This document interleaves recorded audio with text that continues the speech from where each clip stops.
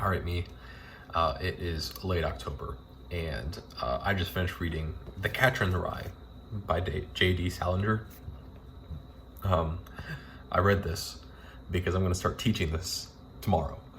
I'm doing better than my cohort who's also teaching it, of where we both read it, a number of years ago. I read it when I was in middle school, I think.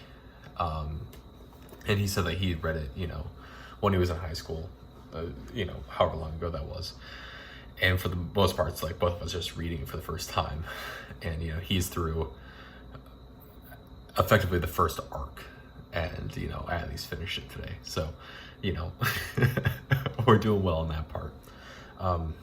But The Catcher in the Rye, I think, is a fantastic book to see if people are really the kind of people that are like, yeah, I want to give anyone a chance. I want to give anyone, I care a lot about supporting and working with mental health and things, right?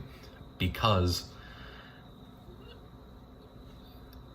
your protagonist is so authentic and so unlikable because he is a teenage boy, right? He is a 16-year-old boy who is very open about the fact that he is also actively, 13 mentally. And we're in the 1940s, mid-1940s, right after the end of World War II. So then you have this generation of young boys that thought that they were going to be in a war and spent all of their lives almost up to this point being like, all right, we're going to be in a war, we're going to be in a war. And then suddenly the war ends. The past 4 years. And so now they're preparing, and they prepared for something that no longer exists, right? And so, Holden Caulfield is caught in this in-between world, which is that, it is almost ineffectual to be a teenager, right? This, I think, is also a very, very fascinating piece because we're 1945 and we're just starting postmodernist movements and things, right? We're just coming to the end of World War II. Really, postmodernism kind of started at the beginning of World War II. But you're looking at a piece of literature that is written entirely stream of consciousness. And so because of that, you don't get to the point of where you understand Holden Caulfield and why he is the way that he is until almost the very end of the book, because that's when the revelations happen. But no one really knows that the revelations unless you've read the other parts of the book, right? It's also, from what I can remember off the top of my head, the first book that I've read that is very much like the reader has a perspective and a role within the story that isn't just like fourth wall breaking, right? Or isn't like a diary piece.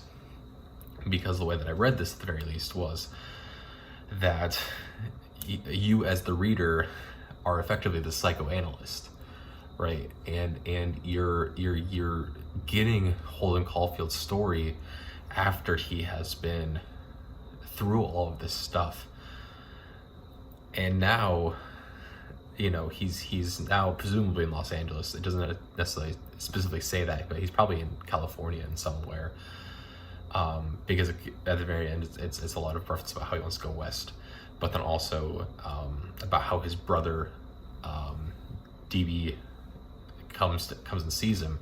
So presumably he's in California at this point, and it's all about this one formative, effectively, weekend before everything really seemed to fall apart, right? Because, right, you have this character in Holden Caulfield that we think of as this very stereotypical angsty teen, right? He's got all these anger issues. He's got the incessant feeling of not belonging, of not feeling like anything is legitimate, anything is cool.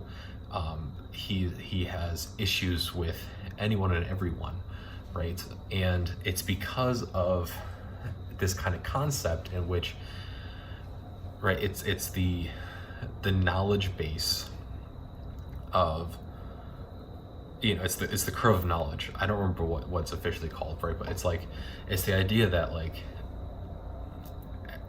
as you learn something, the more you learn about, the more that you think and you know about it, and then it like does this weird curve and then drops down again and then it goes up, right? Because it's when you're at like this high point up here in which you start to really kind of understand something, but you don't really quite know how much there is to know about it, right? So you go from here, and then once you start learning more and more and more, then you drop again into like this valley of uncertainty, effectively.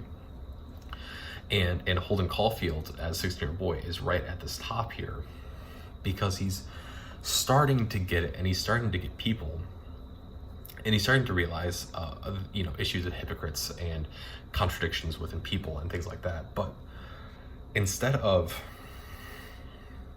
viewing people as this very complex thing and the way that they have to interact with each other and different roles within society, instead he looks at it as in a very, very superficial way, and that he views everyone as superficial when in reality he is the one being superficial. He constantly calls everyone a phony, that they're fakes, that whatever, but it's because he's refusing to see beyond the situation, right? And so like he goes on this whole thing, right? And that's what a huge part of this is. Like, every time that he interacts with anyone or that he does anything, he's calling every single person a phony because they're acting differently towards him than they do to anyone else, right? Or that he's seen them act differently to someone. So yeah, and this is kind of constantly going on and on and on and on and on, and it's a fascinating little piece of like, okay, you have this teenage boy, but why is he acting this way, right? And it is thrown in a little tiny snippet right in one of the very end chapters, like chapter 24, I think, in which he goes to the one person's house that he says is not a phony, right? Which is this teacher's house that he had, and he goes to this teacher, and the teacher welcomes him in. He's Holden Caulfield's apparently gone and had a very good relationship with this teacher, and continued to have this nice relationship with this teacher, even though Holden has struggled a lot in school. And Holden ends up trying to sleep on the teacher's couch, and just as he's about to fall asleep, he suddenly jolts awake because the teacher is like patting him on the head, right? And it's not super well described, but it's presumably in a very affectionate way, and then Holden just very, very quickly says, "I know about these pervert things. This has happened to me like 20 times since childhood," and then just leaves it at that, right? And so then you look at all these other issues that have happened so far, and you go, oh, that's why that's happened, right? And it's because Holden Caulfield was presumably, according to this one line, if we are the psychoanalysts, or we the readers are the psychoanalysts, is Holden Caulfield was probably, more than likely, sexually abused at some point when he was a kid. And then you go back and you look at his complete and absolute obsession with childhood and with sex with other people, and the fact that he claims that he's still a virgin, and that he is, but he's so obsessed with it in a way that is unhealthy.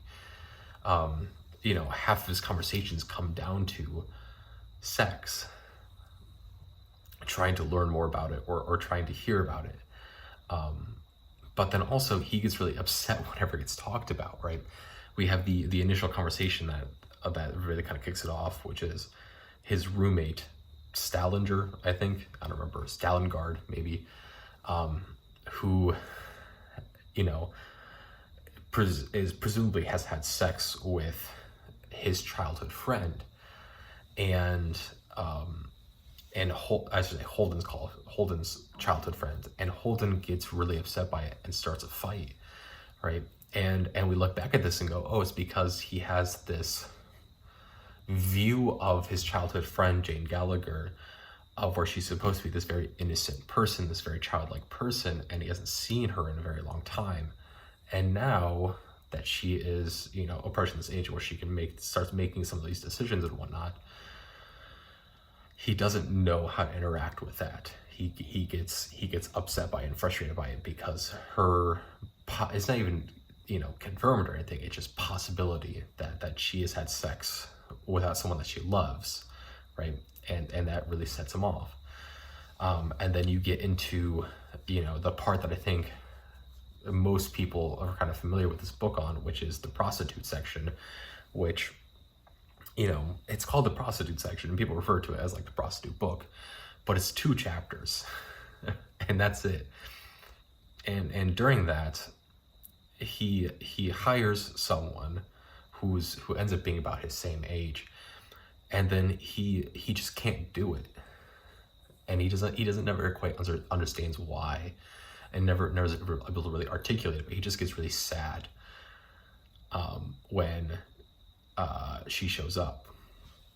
And yeah, right. And then once you go back and look at it, of like, oh, you know, if this is something that he's experienced in his past and has probably repressed it in some way, then yeah, it makes sense why he feels incredibly uncomfortable now in this situation, right? Because he's trying to gain power back in some way whatsoever, because that's what you're supposed to do as a man in the 1940s.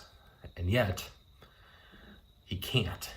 He doesn't understand how to do it. He doesn't feel comfortable with it. And then what we also see is, you know, constantly throughout, anytime that he interacts with women in some way, whether that be, you know, women that he's supposed to be sexually interested in, or even his own younger sister in Phoebe, right? He is most happy when he has an extreme level of power dynamic over them, right? And that's the only time that that's the only time that he's ever not depressed, is when he has this power dynamic over someone else, specifically over people of the opposite sex. And so, you know, just throw that into there of like, okay, he's someone who's desperately searching for any way to have some sort of control over his own life, but he just doesn't have it, right? So in that sense, in that way, it's a very depressing book. It really is, because it is about this young man who is caught already in the trappings of being a teenager, right? Of where you're almost to the point of where you can be an adult and you can do these things, and you're said to act your age, but no one teaches you what your age is supposed to be. And so you revert back to, you know, being young and doing stupid shit. But then that's not right? So you fall into this weird in-between world of where you're almost an adult, but not quite yet, but you're also not a child anymore. So yeah, you know, it's a very, very fascinating thing in which you need to read 95% of the book to make it make sense, right? That's why, you know, as I mentioned at the very top, right? This is a book that, you know, if you want to give someone who, you know, says that they're very open to people and says they're very open to, you know, trying to learn about people and trying to, you know, there's always a reason, there's always an excuse. This is a great way to out them as they're not, because Holden Caulfield for 90% of the book is a fucking asshole and just terrible to read and terrible to be around.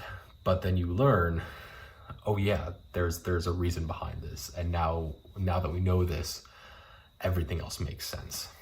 So I don't know, that's Catcher in the Rye by J.D. Salinger. Now I gotta go teach it starting tomorrow, so we'll see how it goes.